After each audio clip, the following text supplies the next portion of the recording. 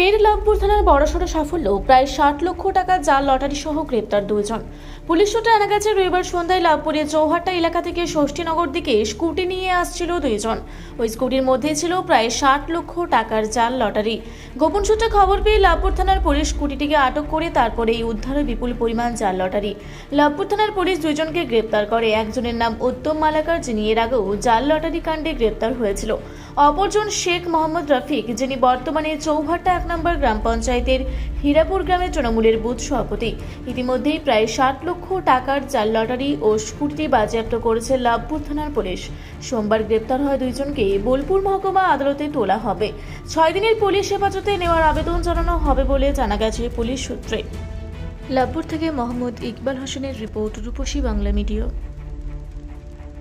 পুরুলিয়ায় পাত্রপাত্রী যোগাযোগের একমাত্র বিশ্বস্ত প্রতিষ্ঠান বিবাহ পরিচয়।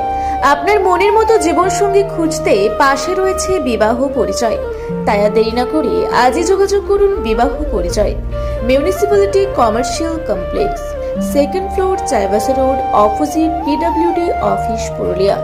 মোবাইল নম্বর 9232440272।